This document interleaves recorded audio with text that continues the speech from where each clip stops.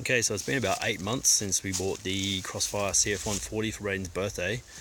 Just thought we might do a bit of a long-term review. There's a few issues and a few things we've done to sort of tidy things up. I suppose we'll just start from the top. The standard handlebars that come with have a cross section on the inside, which means you can't fit buckbusters. And they sit quite a bit lower, so Braden's getting a bit tall, so we put a set of pro tapers. They're like a mini bike bend, so they got quite a bit extra height about them, and they're hollow and they're quite a thick wall. I swear by pro tapers, so these worked out pretty good. The master cylinder on this one, it's always been spongy. I can never get full pressure up on it. The brakes sort of still work, but you've got to pull the lever right back to the bars. It's not ideal. The other one we bought, it had the opposite issue. The brake would harden up, and it turned out that there's a relief valve, a relief hole inside the master cylinder that hadn't been machined out properly. So I suspect there's an issue inside the master cylinder. I would plan to probably replace that. Brake line, let's see if you can see that. Just in here, focus, there you go. The rubber has come off the braid, so the braid's exposed and it started to get a bit of a rusty colour, so that needs to be replaced. What else? The forks. So I did another video recently. The forks are a bit soft standard, and what will happen is the front wheel comes back and contacts on first the engine guard, and then it'll make a little mark on the engine head, on the rocker cover, the valve cover. Bit of a bush fix for this. We just bent that up so it was a lot closer to the engine than it was standard, and that made it a little bit better. But the faster he went, the faster he got, the more the tyre came up and connected with that. So in another video that I posted the other day, we put a stiffer spring and added more oil to the fork just to give it a bit more spring, a bit more tension, and that seemed to work pretty good. Next issue, the gap on the oil cooler on the far side, it contacts the tank when you get them new. If it'll focus, on the other side it'll contact here because this bracket's not quite straight, so this just needs a bit of manipulation. So you just unbolt this and get a shifter or something onto it, bend it straight, and then put this back on. Otherwise it'll actually rub through the tank after a while. Air cleaner, everything on this bike came dry. Axles, bearings, all the pivots for the pegs, all the pivots for the levers, none of them had any grease on it. The air cleaner didn't have any air cleaner oil on it. It was completely dry.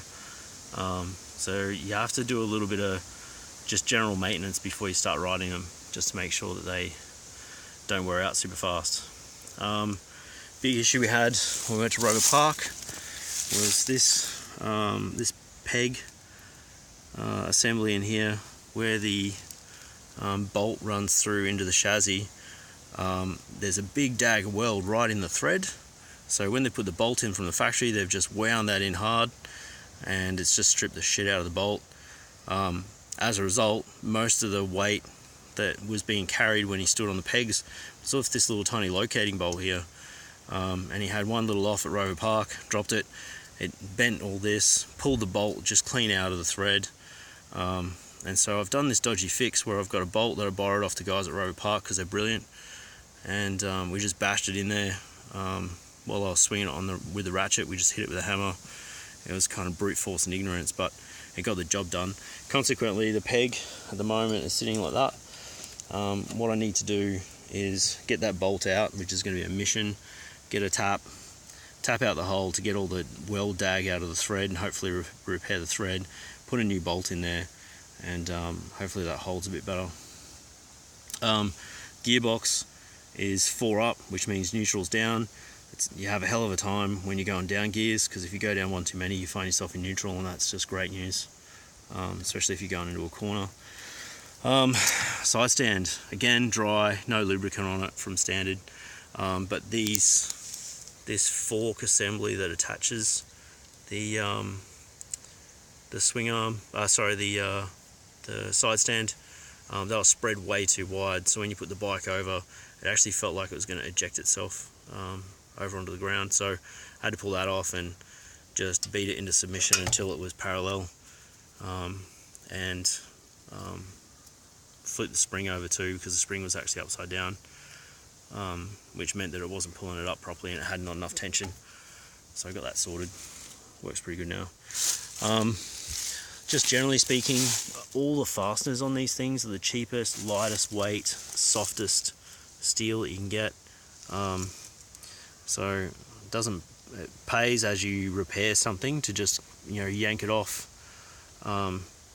put new fasteners on Aussie steel or something just to get them working a bit better.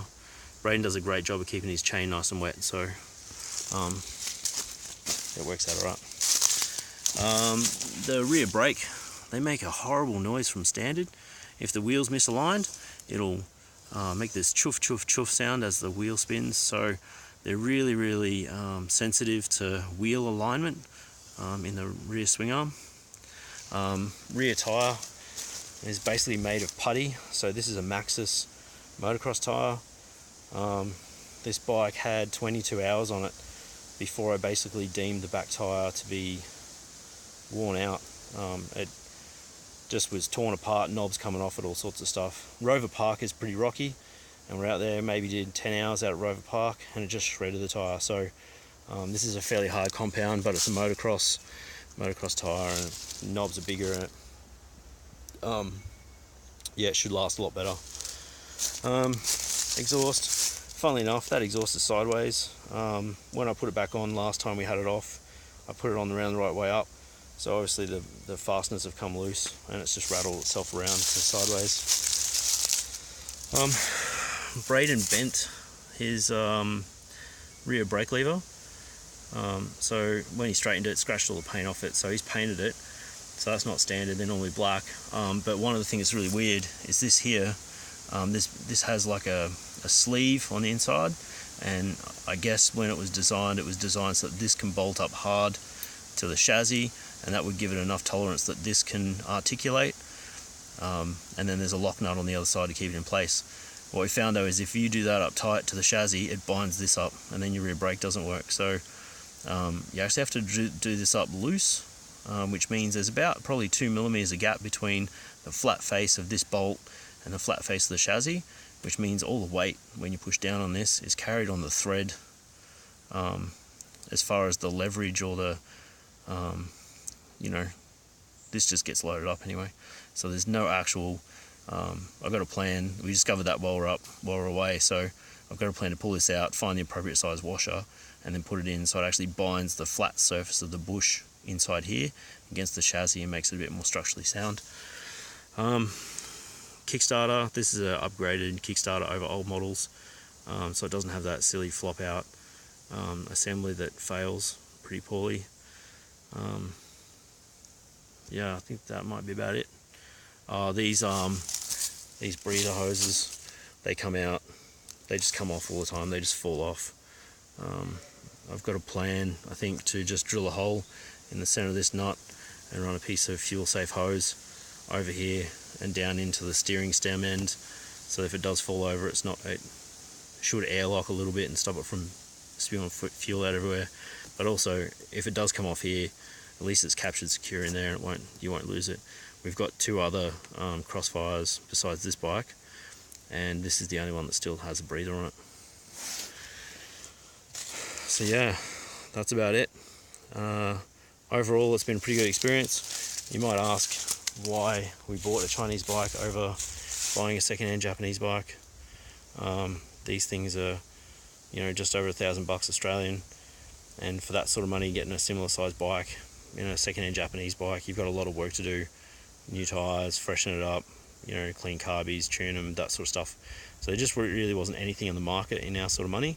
And when you've got to buy 3 bikes for 3 kids, it adds up pretty quick, especially when you start buying them helmets and elbows and knee guards and all that sort of stuff. So, and then we weren't even sure if they were going to take to it or not. So, you know, these things they've done their job. They've proved to us that the boys are actually interested in riding, and they're getting better and faster every time we go out. So next round of bikes will probably be Japanese.